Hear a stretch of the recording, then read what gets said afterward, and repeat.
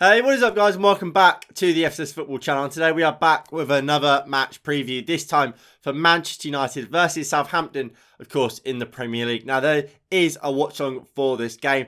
It's an early kickoff on Saturday, so kickoff is at 12:30, meaning the stream will start about 12ish. So please do tune in for that. And without further ado, let's get on with the preview. Now, Manchester United do come into this game sat in 6th place, having dropped 2 places below West Ham and Arsenal. After West Ham, of course, did they win against Watford? And then today or yesterday, Arsenal beat, who did Arsenal beat? Wolves. So we are below them, although West Ham have played an extra game. Arsenal, I think they might actually still have a game in hand on us. So we're not in a great position, because we keep dropping silly and needless points. If we look at our last game, we drew 1-1 with Burnley in a game which we dominated and we should have won. And this keeps happening. It's the same as Middlesbrough, where we've had more than enough chances to win the game and kill the game off, but we just don't. And it's something we really, really need to look at and try and improve on in this game if we are to win it and just start climbing the table, because at the moment we are throwing away Champions League football, and that is simply not good enough for a club like Manchester United. Southampton come into this game sat in 10th, having picked up 8 points from their last 15, same amount of points that Manchester United have picked up from their last 15 available. So form-wise, Southampton are probably on the better, despite the fact we've only picked up the same amount of points. Southampton come to this game having just beat Tottenham 3-2, doing us a massive favour by keeping Tottenham, well, seeing us claim 1 point on Tottenham from this weekend. However, Tottenham do still have some games in hand over us, and this game is going to be really difficult. Southampton, like I said, they beat Spurs. They clawed back from, I think it was 2-0 down to win 3-2. So if they can come back from 2-1 down against Spurs under Antonio Conte, what can they do against us? It's going to be an interesting game, isn't it? Obviously, we played each other earlier on in the season. I believe it was, our second game of the season. We drew 1-1 with them. Obviously, Fred scored an own goal just minutes in. I think it was about 10 or... Well, actually, was it half hour in? I think Fred scored. Well, I mean, you guys can see it on the side, can't you? And then Mason Greenwood, obviously, isn't available for now. But Greenwood scored the equaliser to get us level in that game.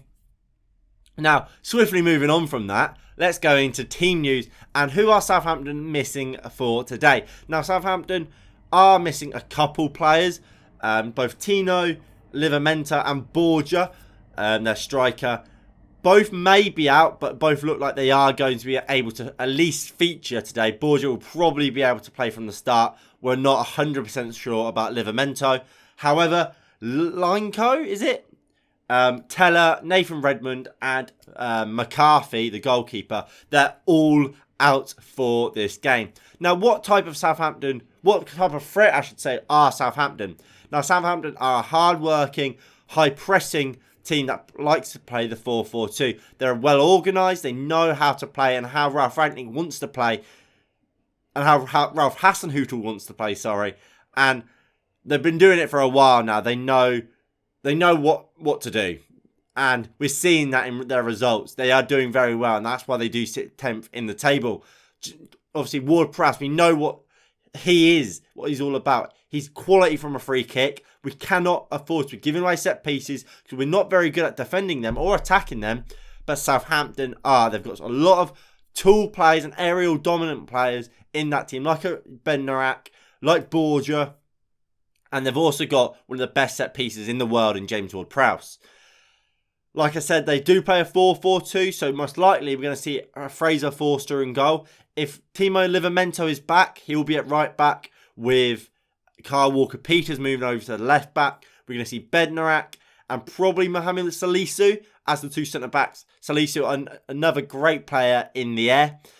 In the midfield four, we're probably going to see Armstrong, Ward-Prowse, Romeu and Elianusi, with then a front two of Borja and Che Adams. Players like Adam Armstrong are, of course, up for selection, But we're probably going to see a similar lineup to the one that played against Spurs, which is what I've just described. Now, for Manchester United, team news-wise, we're looking quite good. Fred is still out with COVID. Fortunately, Alex Telles is back. And Eric Bailly is, of course, injured, as he always is. Obviously, picking up an ankle injury during AFCON and hasn't recovered since. So, apart from that, we've got a full squad.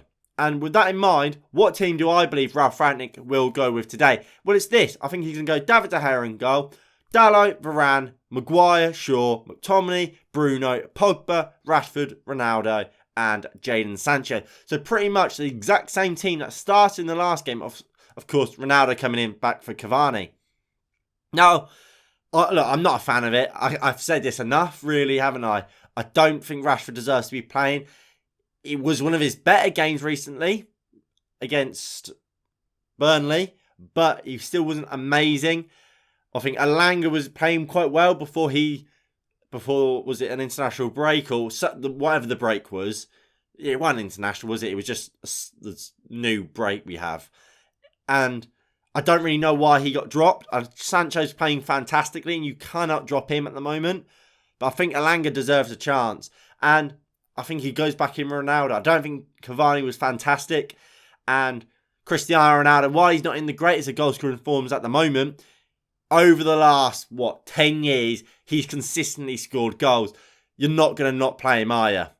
It's, for me, you're going to see Cristiano Ronaldo start. And I think that team is pretty much what Ralph Rangnick would consider his best team, more or less. Maybe a Cavani does come in. But apart from that, I think that's what Ralph considers the best team we can put out. Now, for me, I would go for slightly different. David De Gea in goal. I'm actually bringing Wan-Bissaka back in. I don't think Dalot's blown me away recently. And to be honest, we get told Dalot's this amazing player going forward. Is he that good, really? Like, I don't think he's amazing. I think his crossing is poor. At least from what we've seen recently, I can't think of a good ball he's put in. I would bring Wan-Bissaka in. Lindelof and Varane, I think they're our best two centre-backs. I think Harry Maguire is too much of a liability. He causes too many problems for Varane, whoever else is at centre-back.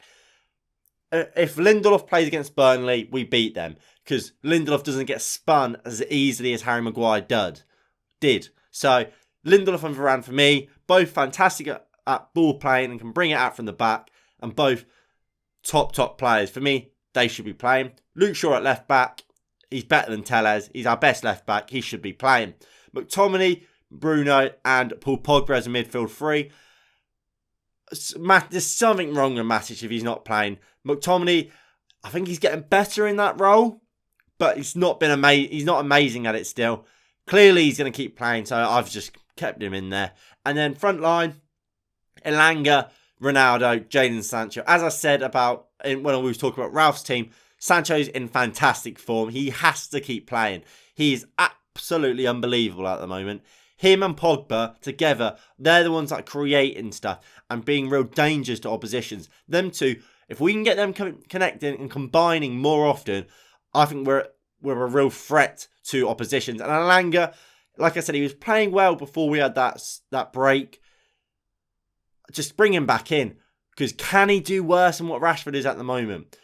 I think Elanga's more creative and he's showing he's got a little bit of a goal threat still as well. So I would play Elanga. And look, I think Marcus Rashford is most effective off the bench when he's got tiring defenders trying to keep up with him. Because Rashford, he can beat a man. But because of his lack of IQ, he doesn't really know when to try and beat a man or when to just give it simple. If you have a Rashford up against tiring defenders, that lack of IQ doesn't matter as much because 99% of the time they are going to beat him and he's going to be able to leave a distance between them. So when he does get his head up, he's got time to take his time and pick out a man or make a decision rather than going off instinct because he's got a man right on his arse and he just decides to let loose and have a shot. So I think Elanga starting does make sense and he should start. And obviously Cristiano Ronaldo's up top. He's going to find his shooting boots at some point, isn't he? He's going to find a way to start scoring again.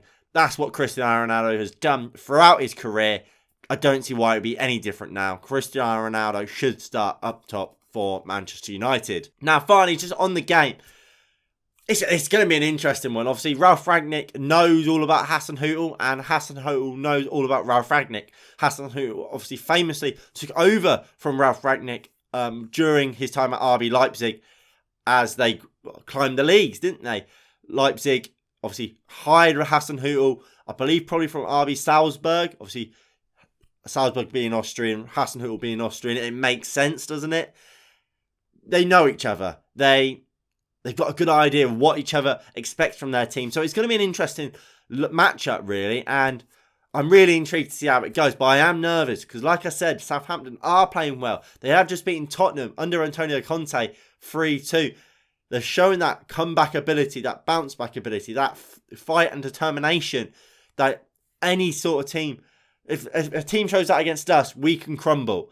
And while we're not scoring loads of goals at the moment, and we seem to have a mistake in us at the back, there's always a chance that we get beaten. I think we need to start putting the ball in the back of the net on a consistent basis and start taking these chances that we are creating, because we've drawn 1-1 our last 2 games because we haven't put the ball in the back of the net. Not due to a lack of chances or being bettered, just simply our finishing hasn't been up to scratch. And I think if we can put that right today, or tomorrow, I should say, we can win this game. Will we, though? That's my concern. I'm not sure if we will or not. And because of that, I can't say I'm massively saying we're going to win. But I'm going to be optimistic and say we will win, because I like to be optimistic. I don't want to sit here and be saying, oh yeah, we're going to lose 2-0. So being optimistic, I'm going to say we're going to win 2-1. Although, like I said, I wouldn't be surprised if Southampton stole something, because they are a very, very good team at the moment and are causing good size a lot of trouble.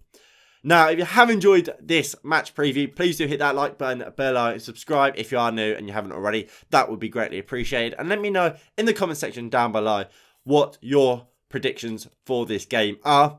Please do also tune in for the watch along. Details are, of course, on my side. As I said at the beginning of the preview, stream starts at 12. Kickoff 12:30. Anyway, thank you all for watching, and I'll see you all in the next one. In a bit. Peace.